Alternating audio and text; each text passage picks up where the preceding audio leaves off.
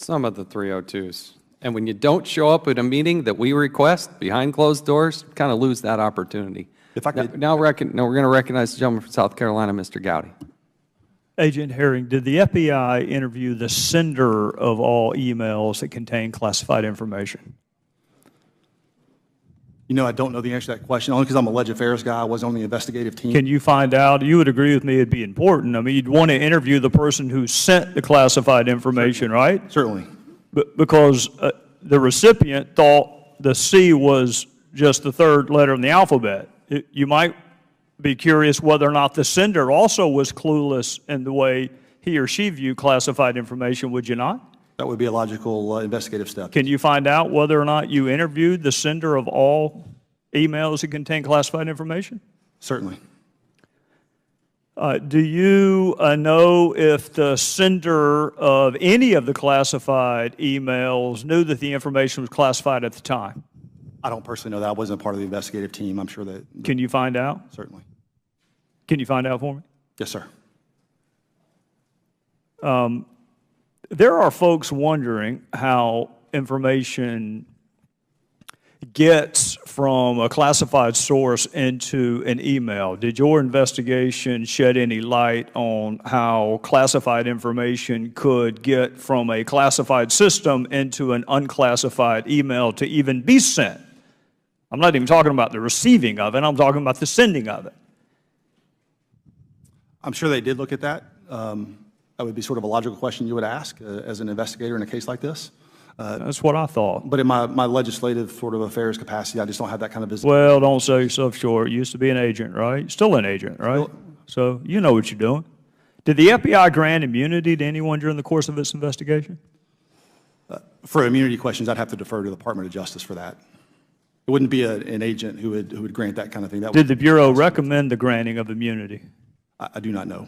Do you know whether the Department of Justice granted immunity to any witnesses? I know I saw some articles last week, but that's the extent of it. Well, surely you got better sources than the media for that, don't you? You can ask the guy sitting 2 people down from you. I would have to defer to the Department of Justice, sir. Do you know whether any witnesses asserted any privileges while they were being interviewed? I don't know. But the Bureau would know that, right? Because they would have asserted the privilege while you were in there. I'm sorry? The Bureau would know that, right? Because that privilege would have been asserted perhaps while you were in there conducting the interview. What kind of privilege are you talking about, like attorney-client privilege? Oh, there are a bunch of privileges. There's priest-penitent. I'm guessing that one didn't come up. There's doctor-patient. I'm guessing that one didn't come up. There's the Fifth Amendment privilege against incrimination. That one might have come up. Attorney-client privilege, again, there have been media reports that one came up. Sir, I just don't know the answer to those questions. Have you ever had the attorney-client privilege come up during any of your investigations? Certainly. Who does the privilege belong to? The client. So the client can waive it, right? Can. You understand why Congress might want to know whether or not the attorney-client privilege was waived and who the client was? I can certainly imagine. Yeah, me too. That's why we want to see the file, Agent. I mean, you say it's unprecedented. Mr. Cummings used to be a criminal defense attorney. He got to see all your 302s. Ken Buck used to be an assistant United States attorney. He got to see all your 302s. Probation officers get to see all your 302s. Why can't Congress? Sir, I think we have tried to provide the information in a way that is understandable. I think the investigative summary tells kind of the story, and I do think that the 302s that we provided are the important ones. Well, let me ask you this. If those summaries were all anyone ever needed, why don't you just introduce those in trial? Why actually call the witness? Well, certainly we actually trying to make your life a little bit easier in the light of the But see, I don't want my life being made easier. I don't want that. I want to know what was said in the 302s. Because the 302 is itself a summary of an interview, right? It's not a verbatim transcript. That's correct. So you have given me the summary of an interview. And I'm not asking for a verbatim transcript because you don't have one. Certainly. I'm just asking for the 302. So I don't have to read your summary. I may read the 302 differently from the way you read it. So why not? So I think we've given you the relevant ones as we've Relevant according to whom? I am telling you, I don't think you've given me all the relevant 302s. Well, the remainder of the 302s will come out through the FOIA process. But since when did Congress have to go through FOIA Correct. to obtain 302s from an investigation that's not even resulting in any prosecutions that your boss has already said is over? Since when did we have to go through FOIA? So I think that the 302s we have provided, I think that we made a principled decision about what to provide. It was certainly made at the highest levels of my agency. All right, I'm out of time. That's what that knocking sounds. I'm just going to say with all due respect, you don't get to decide what we think is relevant. And I do say that respectfully. The defense attorneys get it all. I think Congress ought to get it all. Mr. Speaker, I'll withdraw my point of order and rise in opposition to the motion to recommit. The reservation is withdrawn and the gentleman is recognized for 5 minutes. Thank you, Mr. Speaker. I want to talk for just a moment as colleagues, not as Republicans or Democrats, not as members of the majority or the minority, but colleagues who are blessed to serve in the United States House of Representatives, the People's House, with all the tradition, with all the history, with all the laws that have been passed, with all the lives that have been impacted.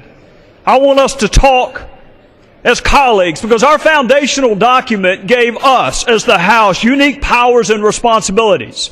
We run every 2 years because they intended for us to be closest to the people.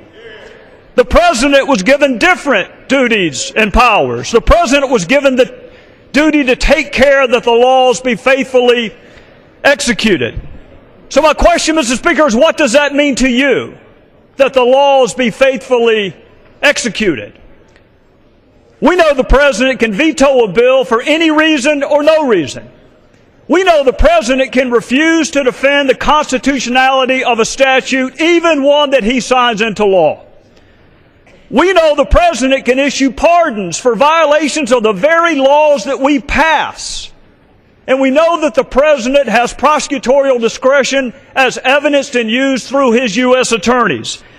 Mr. Speaker, that is a lot of power. What are we to do when that amount of power is not enough? What are we to do when this President or any President decides to selectively enforce a portion of a law and ignore other portions of that law? What do we do, Mr. Speaker, regardless of motivation, when a president nullifies our vote by failing to faithfully execute the law? How do we explain waivers and exemptions and delays in a bill passed by Congress and affirmed by the United States Supreme Court? How do we explain away a refusal to enforce mandatory minimums that were passed by Congress and affirmed by the Supreme Court?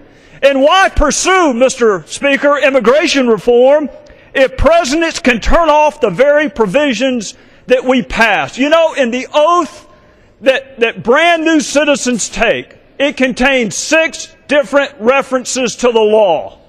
If it's good enough for us to ask brand new citizens to affirm their devotion to the law, is it too much to ask that the President do the same? If a president can change some laws, can he change all laws? Can he change election laws? Can he change discrimination laws? Are there any laws under your theory that he actually has to enforce? What is our recourse, Mr. Speaker? What is our remedy? Some would argue the framers gave us the power of the purse and the power of impeachment, but Mr. Speaker, those are punishments, those are not remedies. What is the remedy if we want the executive to enforce our work? This bill simply gives us standing when our votes are nullified. This bill allows us to petition the judicial branch for an order requiring the executive branch to faithfully execute the law. Mr. Speaker, we are not held in high public esteem right now. maybe members of Congress would be respected more if we respected ourselves enough to require that when we pass something, it be treated as law. Maybe we would be more respected if we had a firmly rooted expectation that when we pass something as law, it be treated as law. Maybe we would be more respected if we put down party labels and a desire to keep or retain or acquire gavels and picked up the history, the tradition, and the honor of this, the people's house. Mr. Speaker, the House of Representatives does not exist to pass suggestions. We do not exist to pass ideas. We make law.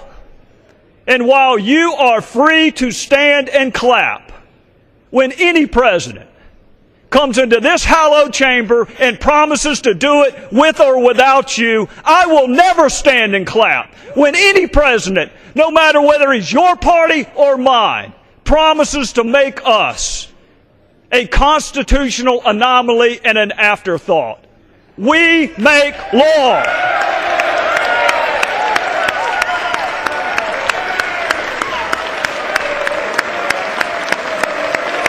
Expired.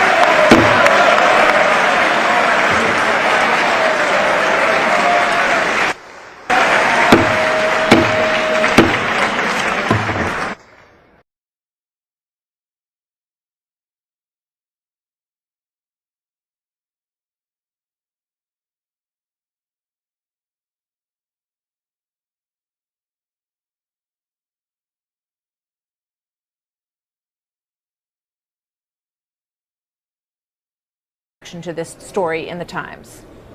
Well, I've been in a classified skiff with Director Pompeo for the last 2 hours, Martha, so I'm catching up a little bit. I read the story. Obviously, I want to see the memo. Obviously, I want to talk to Director Comey to determine how contemporaneous his recording of the conversation was, but also importantly, not just what was said, but what did Director Comey hear? How did he take it? And that can only be done, with all due respect to the New York Times, that can only be done by looking at the memo and talking to Director Comey. Yeah, the New York Times in this report does not have the memo in their hands. It was read to them over the phone. So that in and of itself, you know, as you point out, it's very difficult to get the context if you can't read the whole thing. Well, if you go back to criminal procedure, which is my background, there's a doctrine called the rule of completeness. Whenever part of a document is introduced, you got to be able to look at the entire document. Your viewers and my fellow citizens deserve to see the entire context of whatever conversation may or may not have taken place. And quite frankly, Director Comey deserves an opportunity to come tell us how he heard it, what he heard, how pervasive it was, and how much of the conversation that segment consumed. So we have a story. There's a reason newspaper articles are not admissible in any courtroom in the United States. I'm not knocking the reporter. The reporter does good work. But we're a long ways from a conviction, the fact that we simply have a headline in the New York Times. So in terms of the, calls for a special prosecutor, an independent prosecutor, this is going to only fuel those. Do you think there's any reason to go that route at this point? I have been resistant in the past, but I've been open-minded. Special counsel is only appropriate if there's an allegation of a crime, and there are several crimes potentially at play here. The hacking of the DNC is a crime. I don't hear people talking about that much. The dissemination of classified information is a crime. General Flynn's comments to the FBI may or may not constitute a false statement to a law enforcement official. And I've heard allegations that this rises to the level of obstruction of justice. So you do have a sufficient evidentiary basis for a crime. But the other half of the equation is whether or not the Department of Justice or any of the 94 U.S. attorneys can do the job themselves. And I have not been persuaded that all 94 U.S. attorneys in our country, many of whom are women and men who have nothing to do with politics, are incapable of fairly adjudicating this fact pattern. All right, one last question on this, then I want to get to the next subject with you. If James Comey believed that what the president said to him was an effort to obstruct justice, to get him to table this investigation of Mike Flynn, would he be obligated to let the Department of Justice know right away? I don't think so. I'm probably in a minority here. I don't think Director Comey reported President Obama the 4 different times he prejudged the outcome of an investigation. And there were 4 different times. Director Comey has not been afraid in the past to say no to presidents and attorney generals. He did it when he was with the Department of Justice. I think if he felt like this was an effort to influence him, he knows exactly what to do. Yeah. But I won't know that until I have a chance to ask him. All right. One thing we're left with still in all of this is an empty seat at the head of the FBI, and your name was on that short list. You asked for it to be taken off. Why? Why do you think you're not the right person for that job? I think the country can do better than me, quite frankly. I did have 20 years in a courtroom, Martha. That's the best job I've ever had. But the reality is, in this current political environment, I am known more for being asked to chair one committee than I am the 20 years I spent in a courtroom. And my first rule of friendship is don't ask friends to do things that are not in their best interest. And the Senate confirmation process would be dreadful and it'd be miserable. And quite frankly, I think the country deserves a woman or a man who is devoid of political taint. And whether I like it or not, whether I wish I could wash it off or not, I have been in politics for 6 years. I think I could be fair, but I don't know that I could get the job, and I don't know that I could convince a sufficient number of my fellow citizens that I would be fair, and quite frankly, they deserve an FBI director that is above reproach. We're just learning that Jason Chaffetz is saying, the congressman is saying that he has a subpoena pen hanging over this memo, and he would like to see it. Any reaction to that? I don't know that he would have to subpoena it. I thought he was recuperating from surgery. I'm glad he's doing better. And he found a subpoena pen. I don't know that you would need to subpoena this memo. If it was read to the New York Times, I would certainly hope the FBI would read it to members of Congress. So hopefully it doesn't come to that. I want to go back a little further in the Jim Comey story. You put out a statement when he was fired saying that he had a very tough job and access to the facts that perhaps the rest of us did not, is the way that you put it. A lot of people have said that his performance on July 5th, when he came out and said, we have all this evidence, extreme carelessness on the part of Hillary Clinton, and yet we are not going to prosecute her. Was that news conference enough in and of itself to let him go, do you think? 7, 6, 5, 4. No, and I think when history knows the full fact pattern that led Director Comey to have that July news conference, I think what your viewers know is a meeting on the tarmac between the spouse of a suspect, or the target of an investigation, the Attorney General. What your viewers don't know, Martha, and what Jim Comey frankly can't tell them because it's classified, and I can't tell them because it's classified, there were a lot of other reasons that Jim Comey decided to take that decision upon himself. And I think history, and I've had plenty of differences with Jim Comey, I want to be really clear about that, lots of them. But I think history is going to be much kinder to Jim Comey in that July press conference than the Democrats were when he had it. I think he had access to information that, because he is a stand-up guy and he's not going to disseminate classified information, although God knows everybody else is, he's not going to do it, even if it casts him in a negative light. So all your viewers see is this meeting on the tarmac. Jim Comey had access to additional information that I am convinced left him with no other choice than to make the decision he made in July. So you're saying he had no choice? There was pressure on him to not prosecute Hillary Clinton? Is that what you're suggesting? No, I think he had access to information and he wanted to safeguard the integrity of the investigation and the integrity of the process. And I probably ought to just leave it right there. But no, I'm not talking about pressure. I don't think the guy feels pressure. I think he wanted the public to have confidence in the investigation and the outcome. Even though I disagreed with the outcome, he wanted you to have confidence in the process. He had access to information that your viewers don't have, and they may not ever have because it is classified. But trust me when I tell you this, Martha, I know what it was. And I have been a critic of Jim Comey in the past. But he made the only decision he could have made with respect to appropriating that decision away from the Department of Justice and making the decision himself. And history will be a hell of a lot kinder to him than the Democrats were at the time. I only take away from that you're suggesting that there were more entanglements between the Clintons and perhaps the Justice Department than everyone understands. You're very perceptive. Okay. Thank you. Trey Gowdy. Yes, ma'am. Always good to see you, sir. We'll dig too. for more on Thank that you. later. Good to see you, sir. Yes, ma'am.